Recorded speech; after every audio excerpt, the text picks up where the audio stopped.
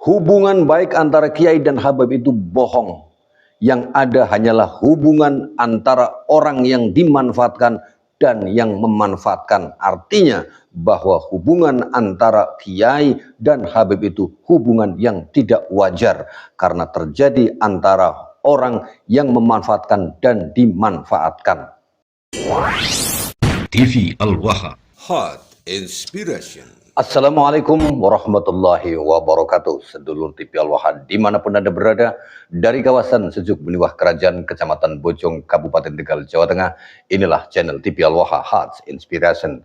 Kembali bersama saya Bahril Ulum dalam segmen acara Sorotan Bahril, menyorot dengan hati, membahas dengan teliti.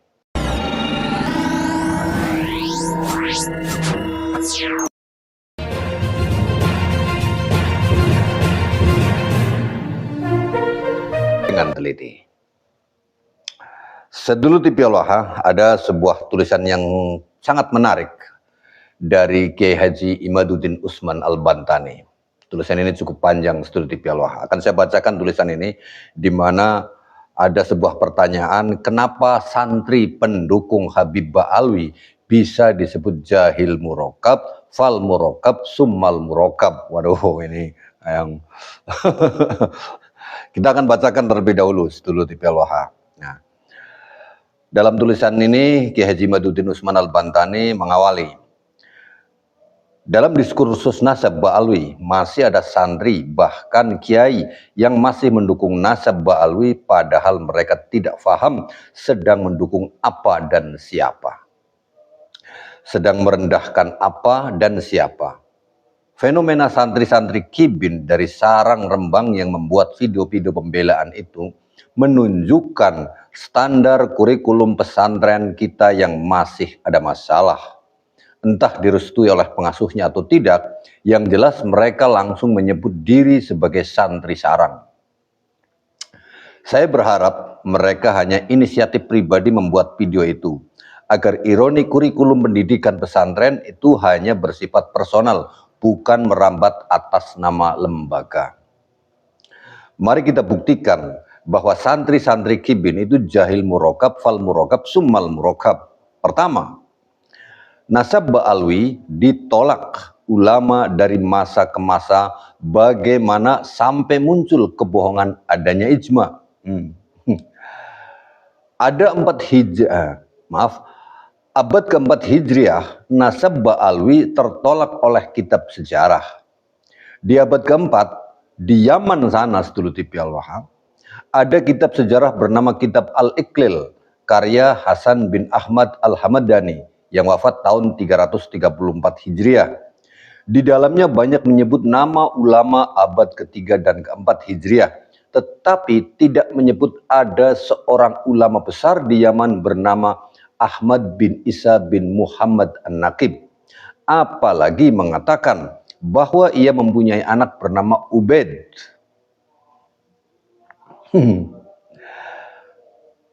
Ini menunjukkan bahwa Ahmad bin Isa atau Ubaidillah tidak dikenal ada di Yaman di abad keempat Hijriah. Santri jahil murokab akan berkata, mereka-mereka yang bikin framing itu loh, itu bukan penolakan karena tidak disebut bukan berarti tidak ada, itu kata mereka. Nah, jawabannya sederhana, analogi sederhana. Kiai Haji Imaduddin menyampaikan jawabannya sangat sederhana.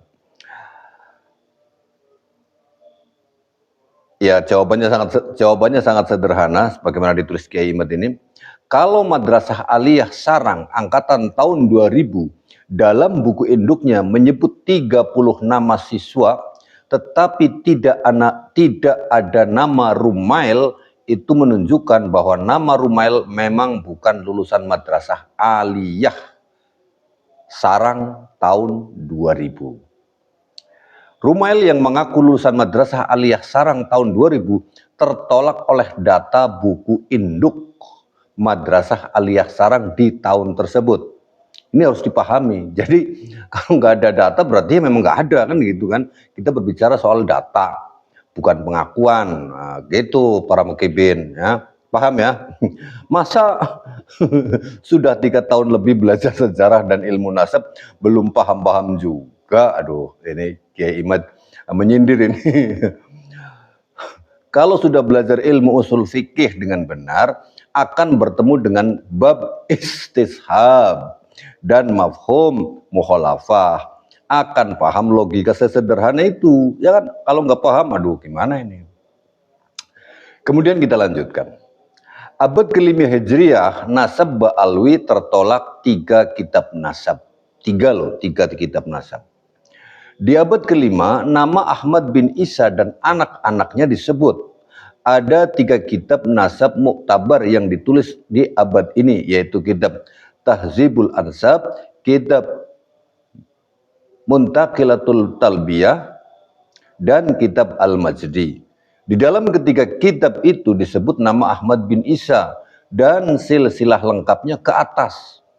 Dalam kitab Muntakil disebut pula semua anak-anak Ahmad bin Isa yang lulus uji nasab sebagai yang pantas ditulis, yaitu Muhammad dan Ali. Nama anak Ahmad bin Isa yaitu Husain tidak disebut karena tidak memenuhi persyaratan untuk ditulis dalam kitab Muntakilah karena terjadi ikhtilat. Dan poin pentingnya dalam kitab Muntakilah itu tidak disebut nama Ubaid sebagai bagian dari anak Ahmad bin Isa. Ini sebuah penolakan kitab-kitab abad ke-5 Hijriah akan menyusupkan nama Ubaid di abad ke-9 Hijriah sebagai anak Ahmad bin Isa. Bingung kan? Bingung kan? Nah, kayaknya belum paham juga. Kita harus sabar dalam belajar. Kita juga harus sabar untuk menyampaikan pelajaran. Kita lanjutkan. Nah, ini bikin asapnya. Kita lanjutkan sedulur TV Al-Waha. Abad ke-6 Hijriah, nasab Ba'alwi tertolak oleh kitab nasab. Kitab As-Sajarah Al-Mubarakah ditulis oleh ulama besar ahli usul fikih dan ahli nasab bernama Imam Fakhruddin Ar-Razi atau sering disebut Imam Fakhru Razi. Kitab itu ditulis tahun 597 Hijriah. Berarti abad ke-6 Hijriah. Dalam kitab itu disebut nama Ahmad bin Isa. Disebut pula silsilahnya lengkap ke atas. Disebut pula semua nama anak-anaknya, yaitu Muhammad, Ali, dan Husain. Tidak ada nama anak bernama Ubaid. Berbeda dengan kitab Muntakilah yang tidak menyebut nama Husain karena tidak memenuhi syarat. As-Sajarah Al-Mubarakah tetap mencatat nama Husain dengan catatan, yaitu bahwa keturunannya ikhtilat. Ikhtilat itu artinya ia berketurunan namun keturunannya salah menisbahkan diri kepada orang lain, bukan kepada nasab mereka yang sebenarnya. Standar ketat para ahli nasab, bila ada individu terjadi ikhtilat, seperti itu tidak akan dicatat dalam buku induk nasab lagi.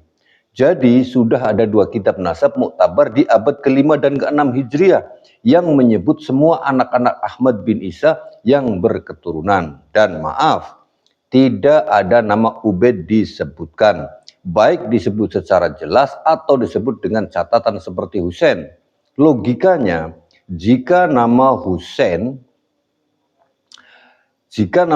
saja yang terjadi ikhtilat dicatat oleh Imam Fakhru Razi, seharusnya Ubaid akan lebih berpotensi untuk dapat dicatat karena kabar burungnya dia ulama besar. Nyatanya tidak. Kenapa?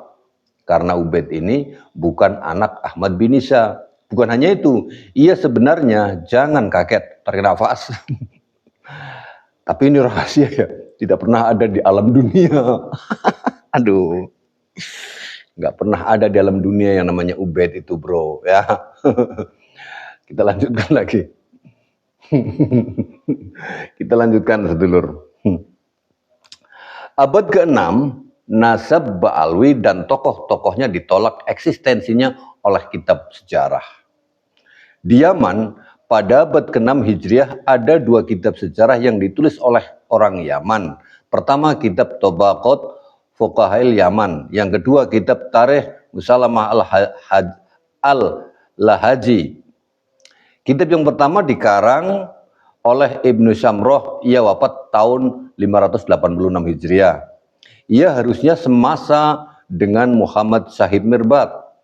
Nah, Muhammad Syahid Mirbad itu loh. Nah, yang kedua karya Musallamah al-Lahaji yang wafat tahun 545 Hijriah. Seharusnya ia semasa dengan Ali Kholi Qasam. Banyak ulama-ulama di Yaman dicatat dalam dua kitab itu, baik yang di Hadramaut, di Mirbat maupun di Tarim. Tetapi nama-nama keluarga Ba'alwi tidak ada yang dicatat setugel pun. Setugel B nggak ada ya, apalagi semuanya. Apa ini artinya, Bin? Kiai Imat ini bikin pertanyaan. Apa artinya ini, Bin? Bin.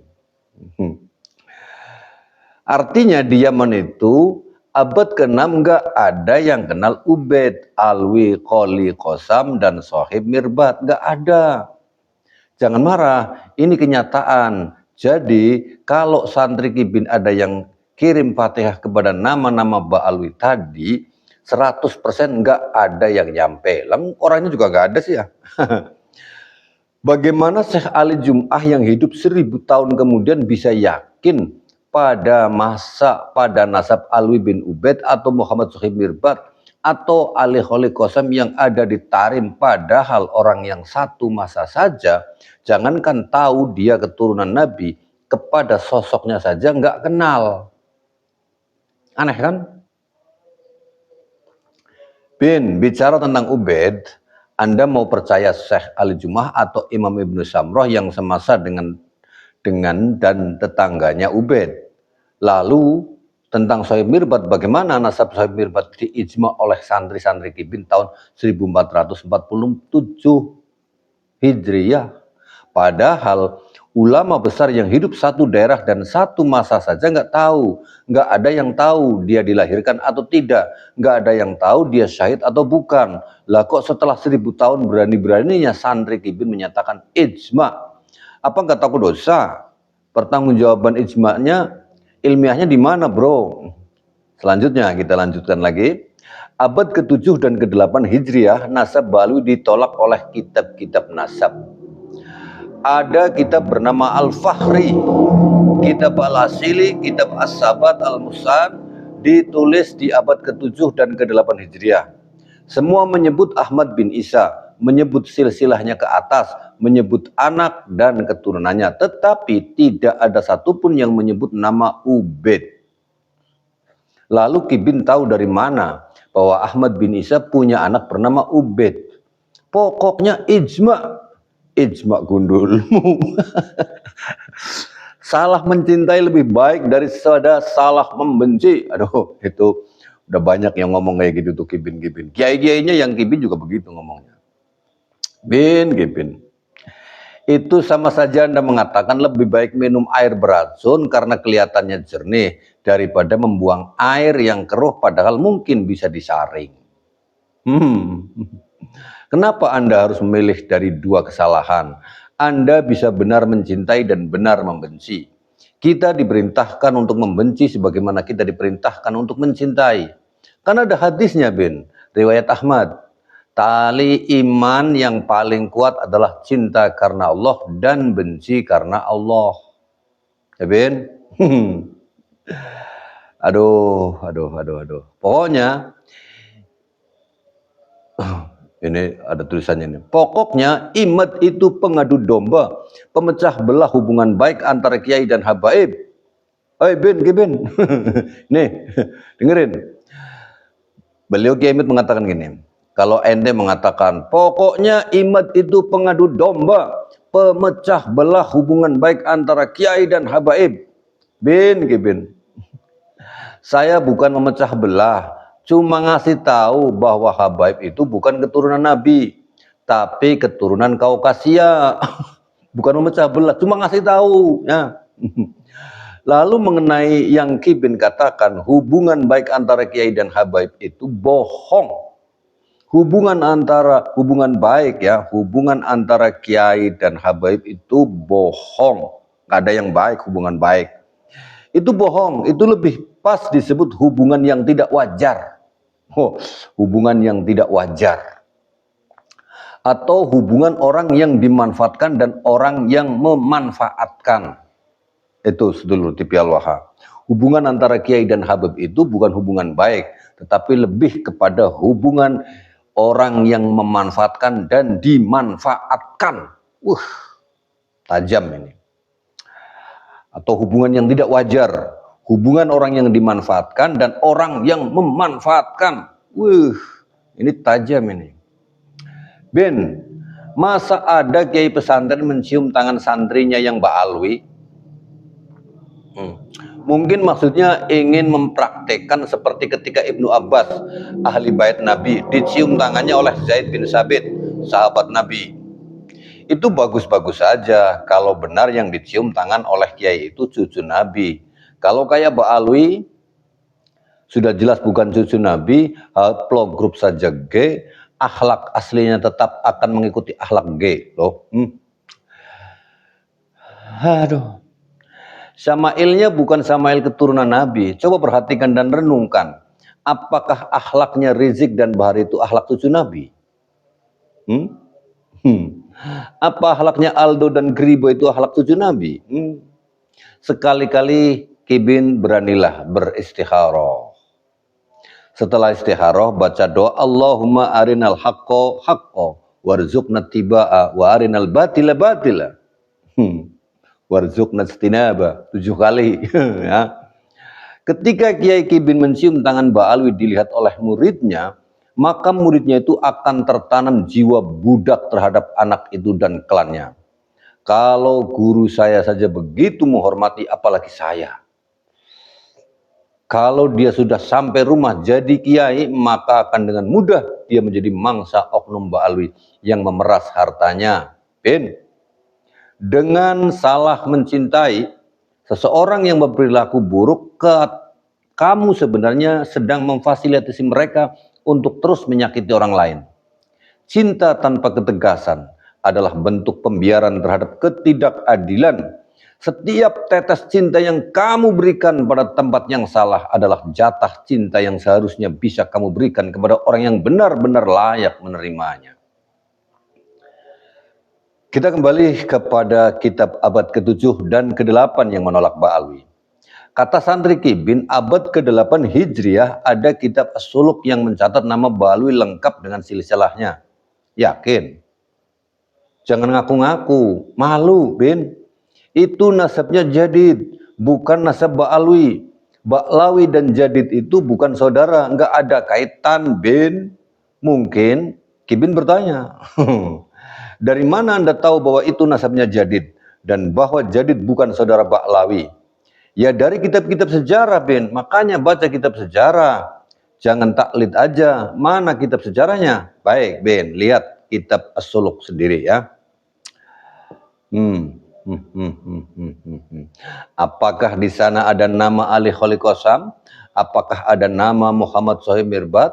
Apakah ada nama Alwi Ammul Faqih? Apakah ada nama Ali Walidul Faqih? Apakah ada nama Faqih Muqaddam yang mi'raj 70 kali itu? Nggak ada, Bin. Nama-nama itu fiktif. Pengarang kitab Suluk itu orang Yaman. Kalau ada ulama besar yang mi'raj 70 kali pasti dicatat, Bin. Kenapa nggak dicatat? Ya karena dia fiktif, Bin, hanya dongeng. Terus lihat kitab-kitab sejarah abad ke-8 yang ditulis di Yaman. Dalam kitab itu jadi ditulis tetapi Faqih Muqaddam enggak, Bin, enggak ditulis, Bin. Seperti kitab At-Taya As-Saniyah karya Ar-Rasul yang wafat tahun 778 Hijriah. Dia orang Yaman. Kitabnya mirip sensus keturunan Nabi yang ada di Yaman, tetapi nama-nama keluarga Ba'alwi sama sekali nggak dicatat. Sekali lagi jangan ngaku-ngaku. Jadid sebagai saudara dari Alwi nggak ada dalilnya. Walaupun nasab Jadid juga nasab cangkokan, tetapi dia terbukti sebagai tokoh sejarah. Berbeda dengan Faqih Muqaddam yang hanya tokoh fiksi belaka. Jangan marah. Faqih Muqaddam saya bilang tokoh fiksi ya.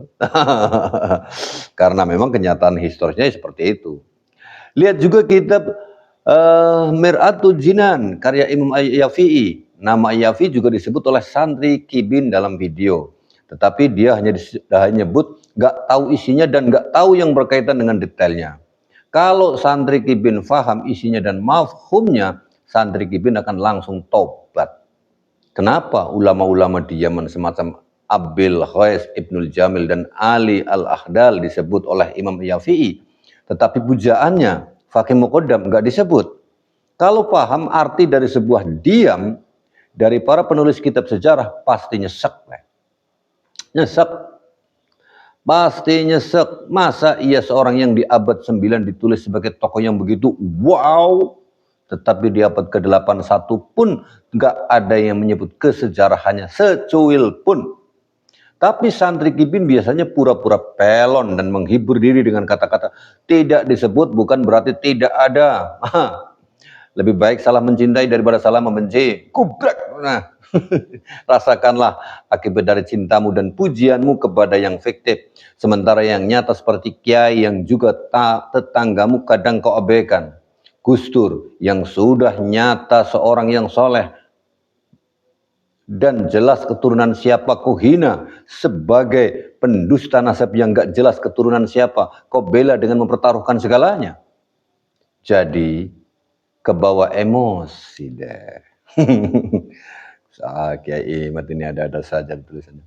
Padahal tema tulisan saya kali ini level perostingan saja, nggak ada kata-kata ilmiah yang mumet untuk menyesuaikan dengan santri-santri Kibin. Teori ijma dari ibarat para ahli usul juga malas saya kutip karena penjelasan Kibin dalam video tentang ijma itu menunjukkan mereka nggak paham ijma.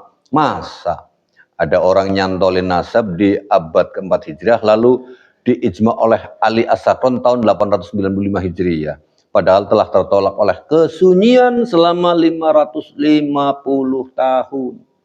Jadi lebih baik santri Kibin sebelum bicara ijma, ya, buktikan dulu bahwa Ubaid itu pernah hidup di alam dunia.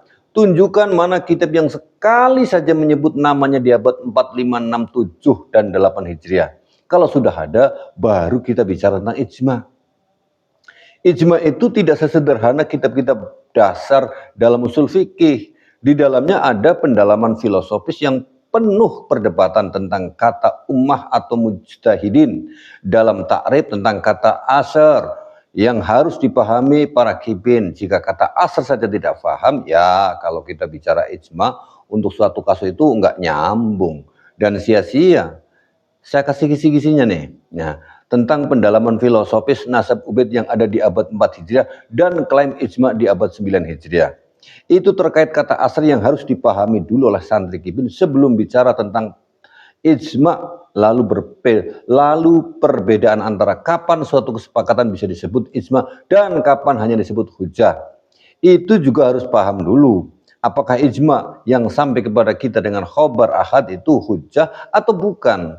Jika kesepakatan orang terjadi dalam satu masa, kapankah kesepakatan itu disebut ijma? Apakah setelah mereka bersepakat atau setelah semua mereka meninggal dunia?